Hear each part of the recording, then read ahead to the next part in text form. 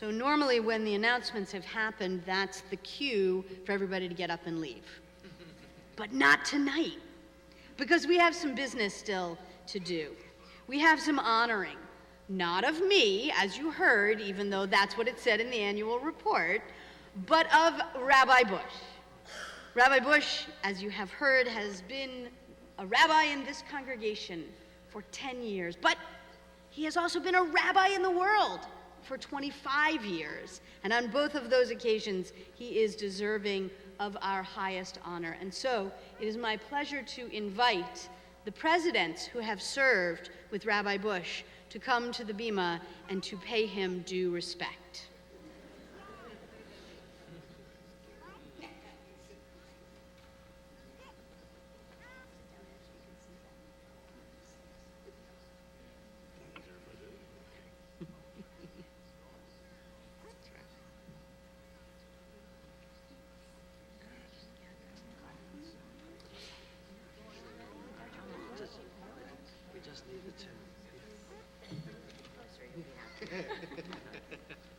All right.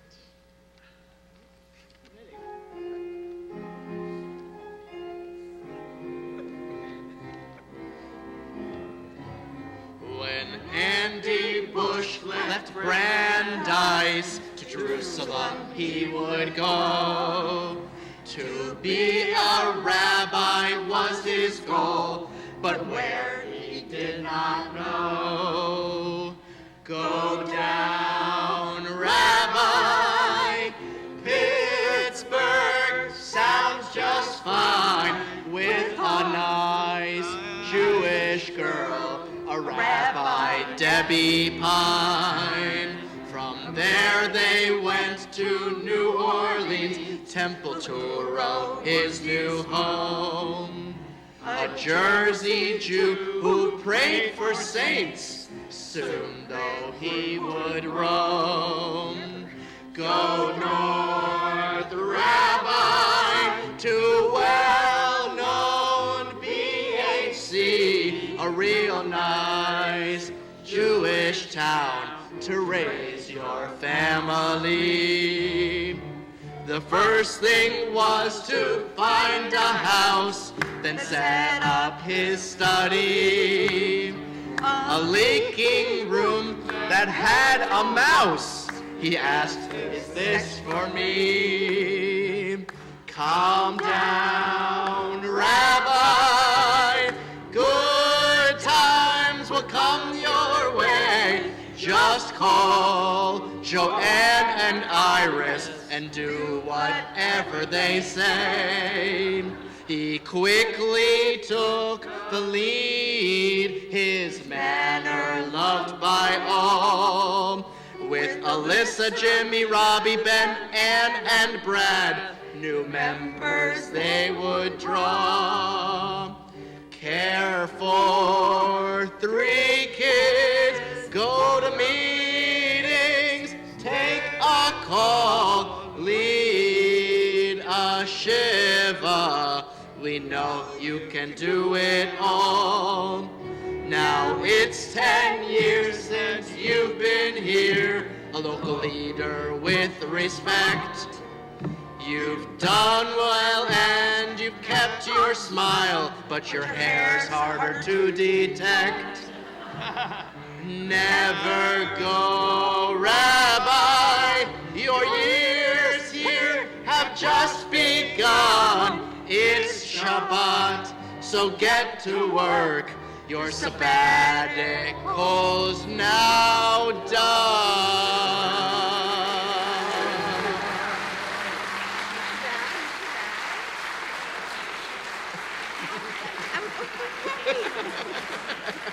You don't want more verses? No more verses. There are no more verses. But the honoring is not yet done. On behalf of the presidents, Ed Pearl will share a few words, and then there will be more words and a few more words after that. Shabbat Shalom. When asked to lead the rabbi search 12 years ago, the head of the rabbi draft through the CCAR, Arnie Scher, right from the start told us that we should consider every candidate very carefully, but we were going to select Rabbi Busch. He had everything we were looking for. Plus, the #1 item on our membership survey was one of his greatest strengths: ability to communicate genuine warmth. Since then, Rabbi Busch has exceeded our expectations, being 24/7 our spiritual leader, voice of reason, and emotional support. He is sensitive and strong. He has a warm smile and a gentle manner, but he never compromises the high road. We are lucky to have Andy as our rabbi and our friend. Arnie Scher also said there was another great rabbi who probably soon would be on the move, but she was going wherever her husband relocated. Today is their 26th wedding anniversary, so 27th. Okay, 27th wedding anniversary. So happy 10th, Rabbi Busch, and happy 27th, Rabbis Busch and Pine. Shabbat Shalom.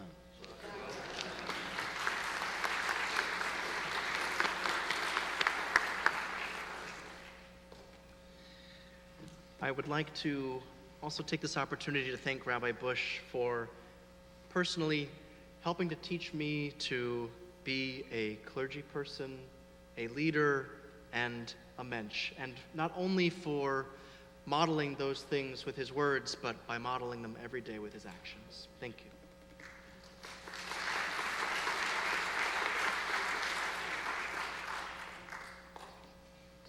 You know, Andy and I came on the scene here in 2008, the summer of, together, and now he's reached this wonderful milestone, and I'm so glad for him. I hope many, many more successful years. You made my time here so fabulous, and I've told this congregation, you're my favorite rabbi.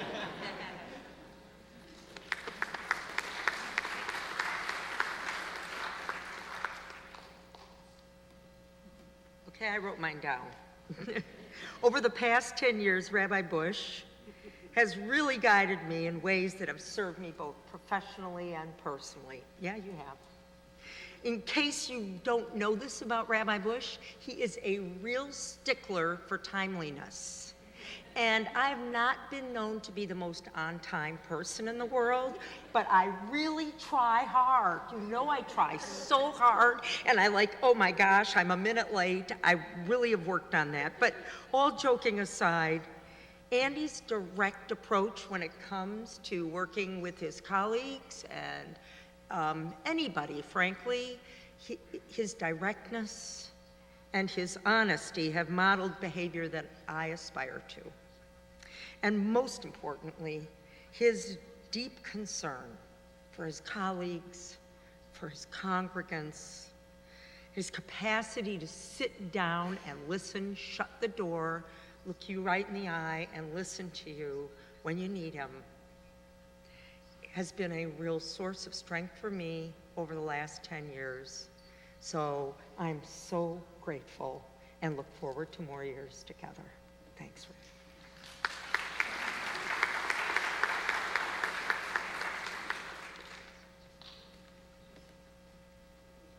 So 9 years ago when I arrived at BHC, I knew I was going to get a supervisor and a colleague. And when I go to national conferences and they say, tell me about your boss, and I say, I don't have a boss. I have a mentor, I have a friend, I have somebody who's always there for me. Rabbi Busch has created an atmosphere that is so open and full of creativity. We've been able to collaborate and plan and grow this congregation together. And there's not another person in my life right now that I couldn't turn to and just say, I need to talk. Rabbi Busch is a true blessing in my life, in my family's life, and we are honored to have you as part of our life.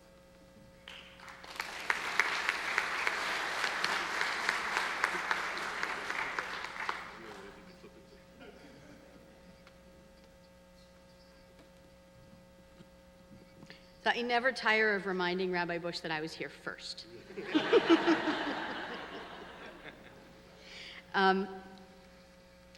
But I would say that in many ways, those first few years for me have receded into memory. And the time that I have been blessed to be a rabbi of this congregation has been and will be the time that I have spent here with Rabbi Busch. Someone said to me a few years ago, Rabbi Busch, I think it was a funeral, officiated at our family's funeral, and it was the most beautiful funeral that I've ever attended. He even cried.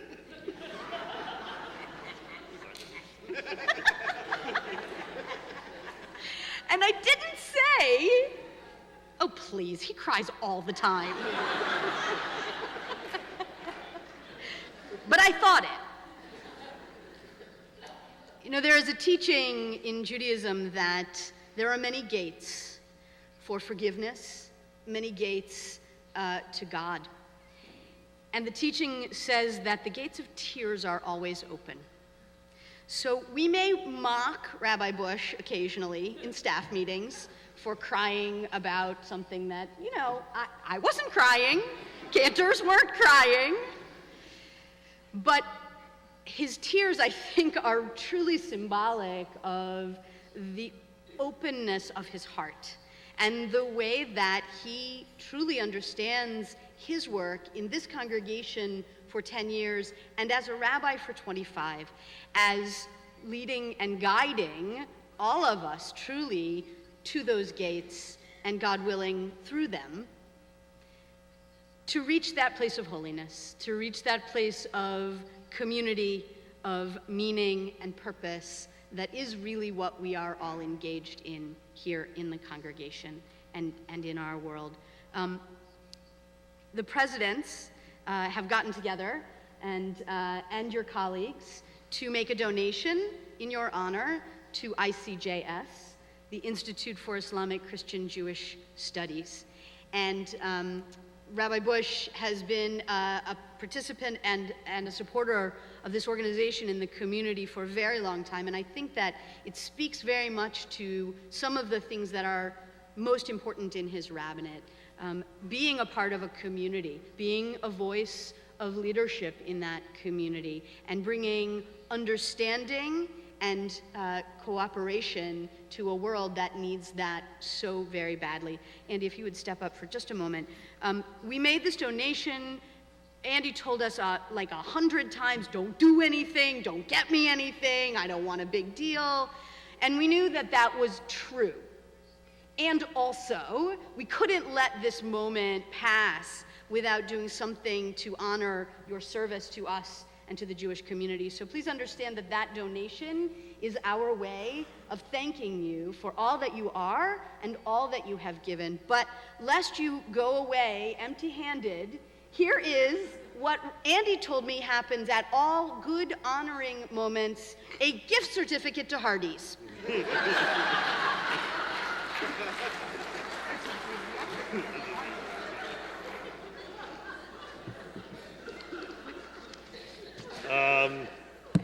As some of you know, Bishop Oscar Brown of the First Mount Olive Free Will Baptist Church, who we hosted for several years, was given a Bentley from his congregation.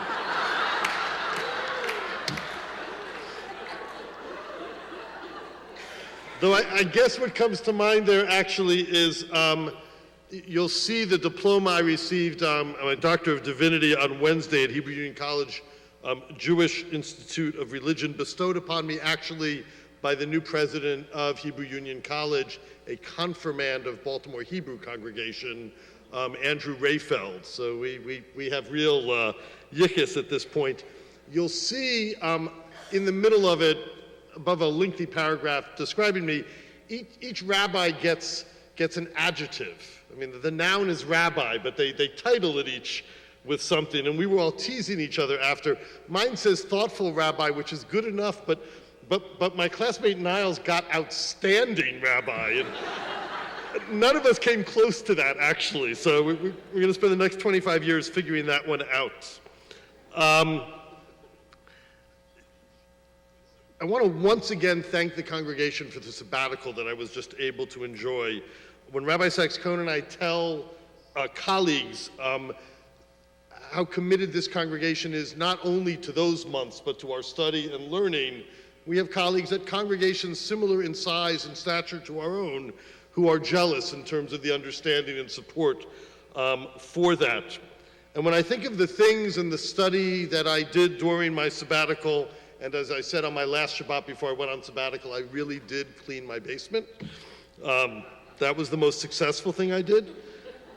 But in the world around me, in my thinking about BHC, and in the various studies that I did in that time, there was one word in Hebrew that encapsulates at least two words in English that kept coming up. It didn't matter whether I was studying a little mysticism or Talmud or at Northwestern's business school. The word was bitachon, which generally we translate as security, but also means trust.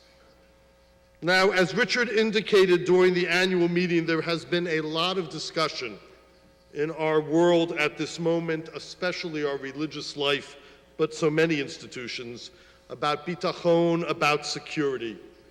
After what happened right outside of San Diego or right inside the heart of Pittsburgh, in light of the wave of anti-Semitism and the larger wave of prejudice and polarization and friction, we have all made and will continue to make evaluations and decisions focused on bitachon, security and staffing, physical plant, and policies.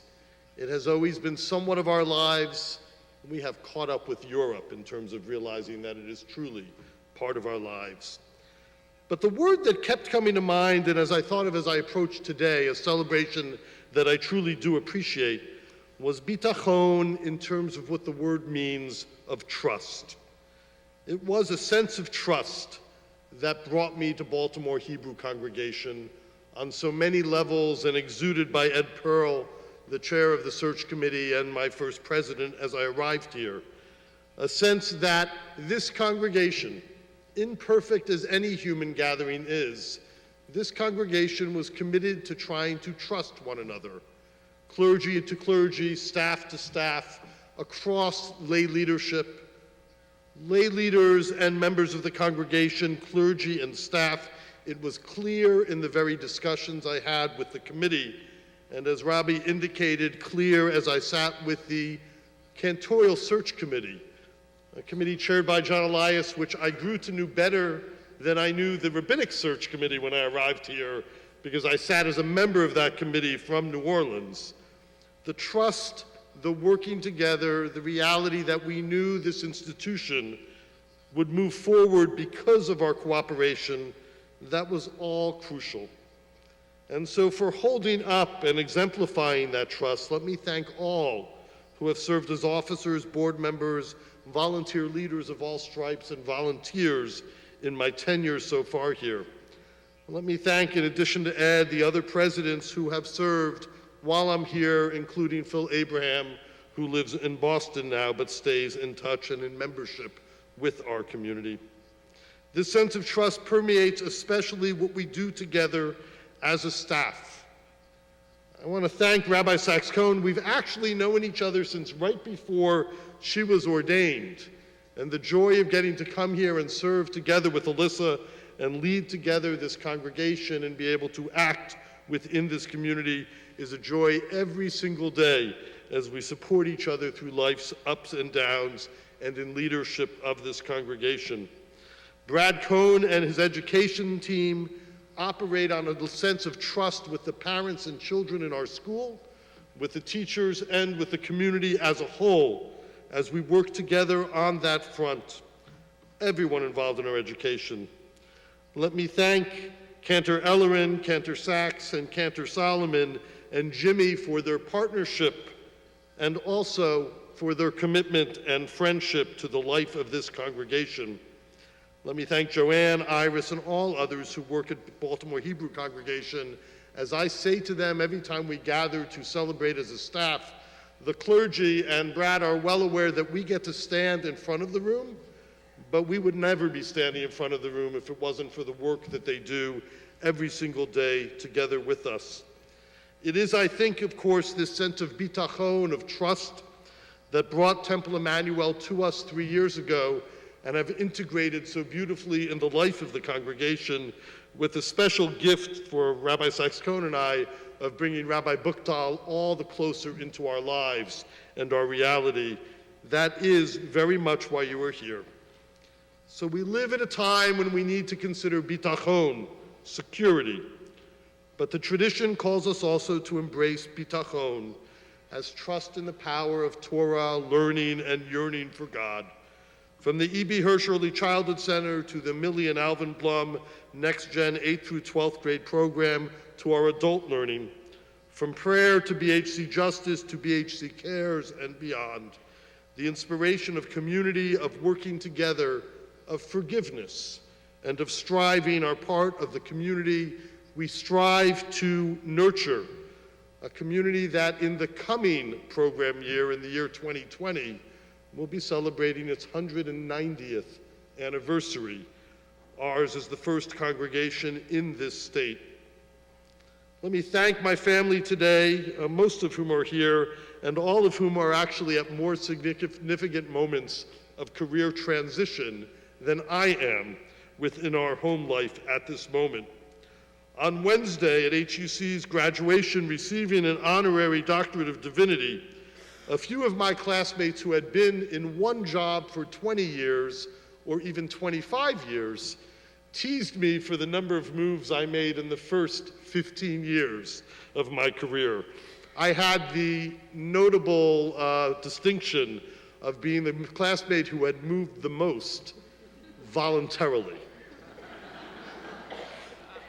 I was thankful to be able to mark that day and blessed that my childhood rabbi is adjunct faculty at Hebrew Union College, so he was my sponsor, standing beside me that day as he did at my bar mitzvah, actually, and our wedding.